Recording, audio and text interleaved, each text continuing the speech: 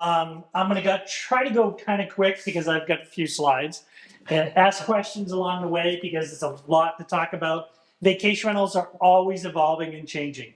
Just when you think you know the industry, something's going to change, either in Tallahassee or in your local government. It is going to change, or the industry trends are going to come up and there's going to be new things happening. We've been around for 29 years. We are the largest vacation rental association in the entire United States. 26% of the entire US market is here in Florida.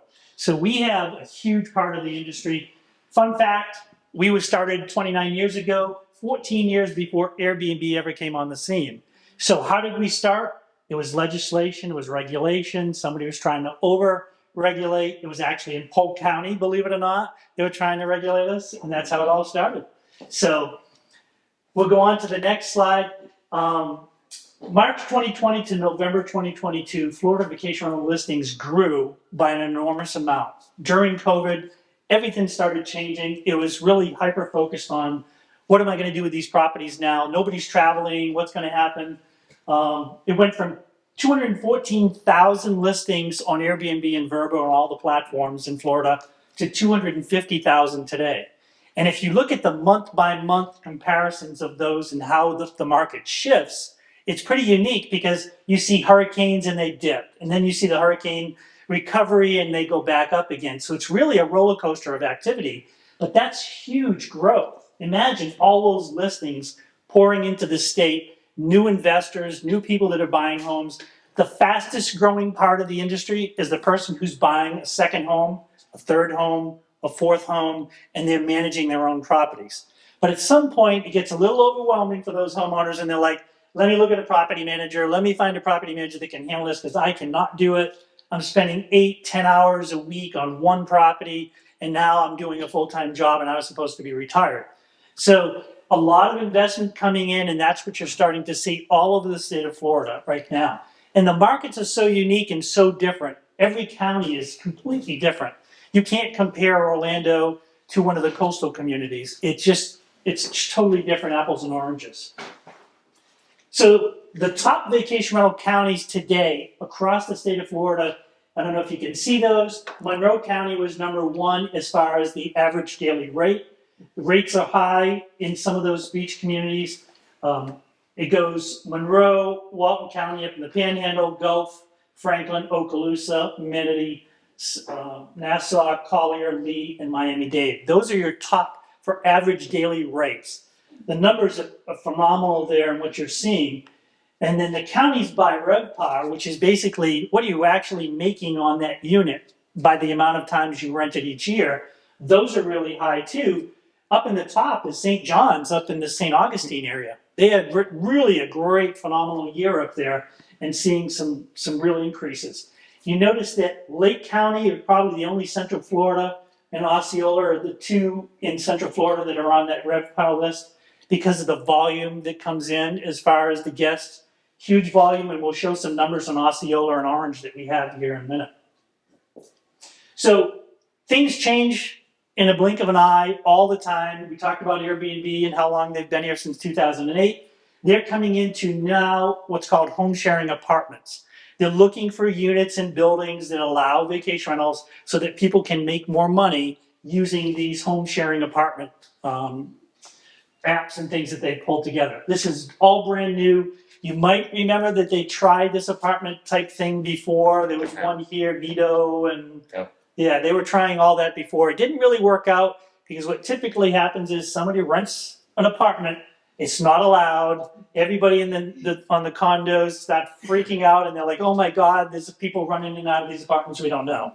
So we don't know where this is going to go. We love Airbnb; they're big supporters of ours, but this could be a recipe for disaster, or it could be a huge boom. We just don't know. And it really does depend on the market. So this concept of homes actually came out of Japan, and they started testing building their own units. The units were actually designed in a way that they could take a 6-bedroom house and start, depending on the size of the family, they could start to downgrade the size of the home. So that 6-bedroom home could technically become a 2-bedroom house, and you would never know the difference. And then multiply multiple families in that same exact unit. Yeah, this is going to be one of those things that probably is going to focus on an area like a Miami Beach, in those areas, which are highly regulated. The regulations in those areas are really, really stringent.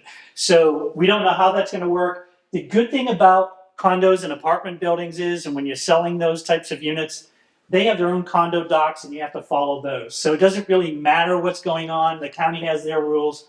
The condo docs and the HOAs, they kind of dictate what you can do in those communities. One fun fact, Rebecca and I were in the very first meeting in Central Florida when Airbnb came here. And we were sat, I think it was in Reunion Resort, was it Reunion? I don't remember. We were at one of the resorts in a conference room, and basically this guy came up, his name was Brent, did a presentation, all the property managers walked out and said, that company is going to absolutely tank. There is no way that's ever going to work. And I looked at Rebecca and we were like, this might work. And Verbo was already existing, but they really wanted to disrupt the market. They disrupted the market. And so this industry is a massive disruptor, not just from the way that we present the homes, but in technology. There's a lot of things that these companies are developing on the technology side that are revolutionizing the way we do a lot of things. So just some key takeaways on that apartment-friendly Airbnbs. It's really, like I say, brand new. This program's coming out. They're going to try to unlock the potential for an owner to use that facility for themselves. So they maybe have 3 bedrooms. It's going to be right back to where Airbnb kind of started. You can rent 1 room in your apartment and you live in the rest. It's a hosted unit. Not many people like that. I know when I go on vacation, I like the whole entire unit. But there are just thousands of those hosted units across the state of Florida. So it happens and people love to use them. They love the culture of it all. To each his own. That's the way it works.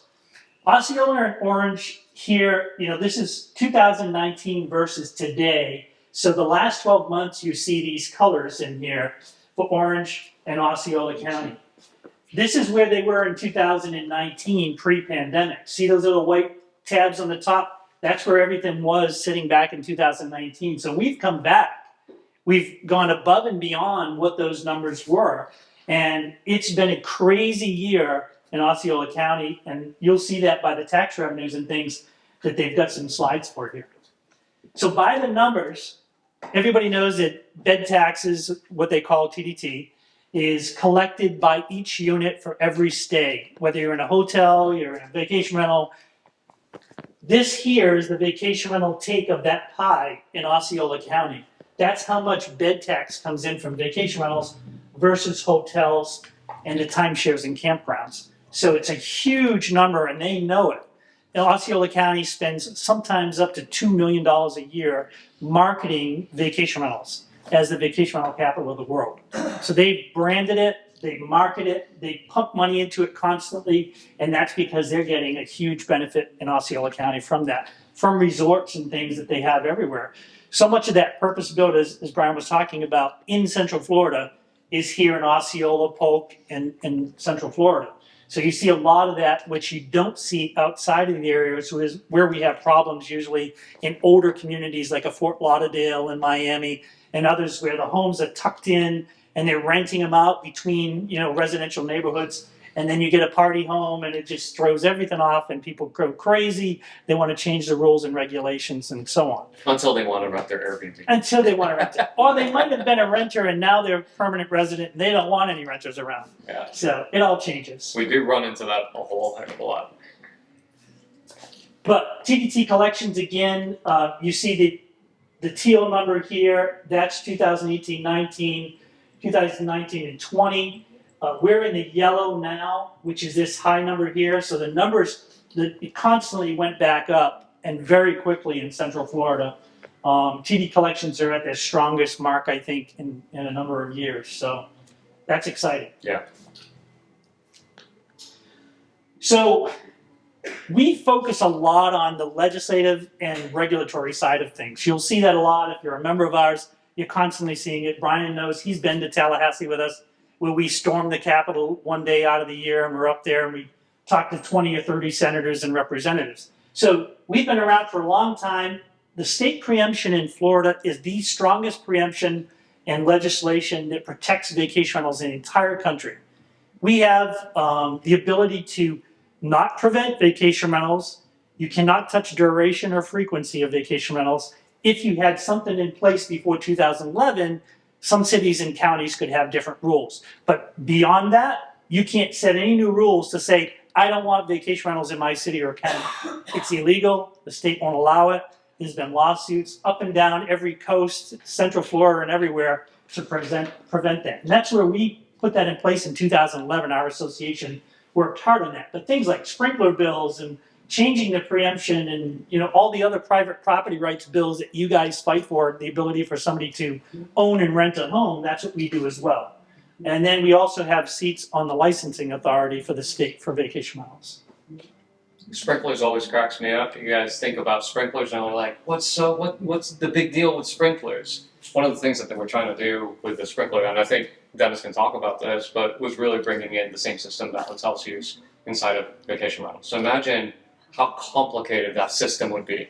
You have to have commercial licensing to come in, include that in the build process, and you've got to have the fire department come in, inspect every single home, and then they've got to have annual inspections. Just that one element alone could destroy the entire industry. So a lot of these things, even though they seem to be very small items, they're very important items when we look at some of the laws and regulations behind vacation rentals. Did you have a question?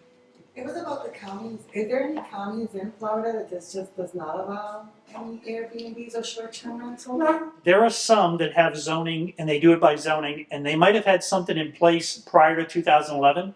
So if they're grandfathered in prior to the preemption law coming in, they've banned it. Some of them, what we're fighting now in a lot of lawsuits are that they have very vague language, and then they say, oh yeah, vacation rentals are not allowed because hotels and motels, they fit under that same category.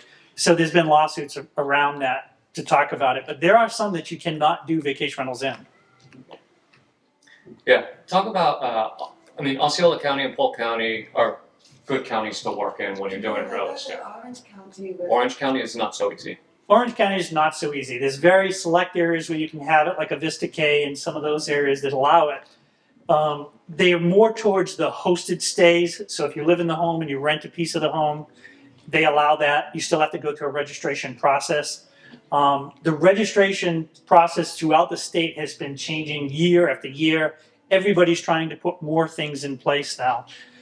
Fort Lauderdale is one of the 5th worst places to register a home for a vacation rental in the country. It is that bad. It costs you about $1,500. It takes you about 6 months to get one if you're lucky enough to pass the test. You have to go through inspection after inspection. You have to go through all kinds of hoops. Some people, they make you change your landscaping and everything to actually become a vacation rental. And some of the fines are enormous. If they find you doing things that aren't wrong or that are wrong, some of the fines get into the tens of thousands of dollars. Miami Beach had $20,000 fines. They were since pushed back on a constitutional lawsuit that they lost. So they had to reduce the fines from $20,000 per day per occurrence. That's how crazy it was. So that was fought back and it was won. So that's gone away and people are a little cautious now. But they can push it to the max of $5,000 per day. So it's really, when a community wants to try to ban you, they're going to put all these obstacles in place to try to make sure that they're not allowing it to happen. The good thing is you're in this market. So for you guys selling vacation rentals, you're selling a dream. The counties work really close with you guys. Tax authorities work really close with you guys. So it's a market that's very, very friendly to the vacation rental space because we have so much influence here. And when you're selling a vacation rental, the most important thing to do is to tell that owner or that management company, because even some of the seasoned veterans still don't know that the laws are always changing. So those of you that rent vacation rentals now, how many of you know that you need to have a human trafficking awareness certificate every single year? It's free, but you got to have it, otherwise the state will come in and they'll fine you. There's so many little things like that. They've changed the law last year. Maya's law now is in place where you have to have background checks if you're doing certain types of vacation rentals in apartment buildings. So there's always a changing law, and that's where we come in to say, make sure you're aware of these things so that you're not stepping on a landmine when you're going through the process. And the best way to do that is not for you guys to do, right? Work with your property managers, and that's where the relationship really comes in.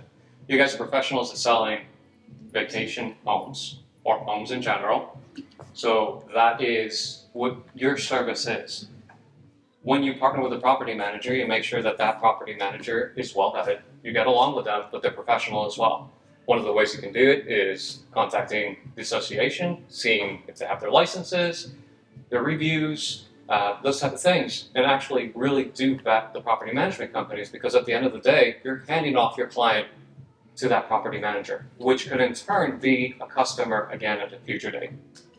And it's simple things too. I mean, yesterday I had a call from a property manager in Central Florida who said, my owner wants to take the landline out of the home.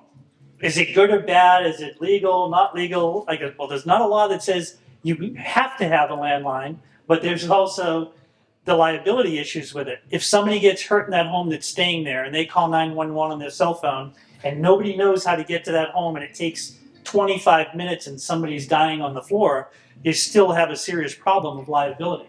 So I go, you can do it. I just wouldn't advise it because that's what our legal team's telling us. Okay. So we, as I mentioned, we focus a lot on vacation rentals. We have a whole team of people in Tallahassee that we hire in lobbying. So this is our team in Tallahassee. They walk us through everything. Every legislative session you might have seen, legislative session is starting a special session next week, I think, for insurance-related issues, which all you know about. Florida is really tough on insurance now, so you've got some issues with that coming up. They're taking on a special session just to deal with that next week. So that'll be a new issue. We've got places like St. Johns County, which just came out with this. We already know they're coming out against vacation rentals, and they want to take away our preemption. So the important thing why I bring this up is St. Johns County can push this. If they're lucky enough and have the political power to do it and get people to understand it, listen to what they want to do, it affects all of you here and how you can sell vacation rentals and the regulatory side of things, because it could change the whole scheme of things statewide, even though it's done somewhere else in the state.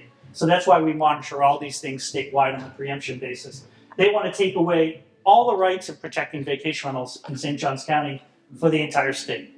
That's their rule. We just, as Brian mentioned before, partnerships are everything to us. Platforms, realtors, vendors. We partner a lot with the Florida Association of Realtors. They help us with studies. We do things together all the time. UCF, many of those are all our partners. Homeowners, tourism agencies. That's just the nature of the business. We have to partner with people to get this industry and keep it going because it's a monster. It's like turning a battleship when things happen.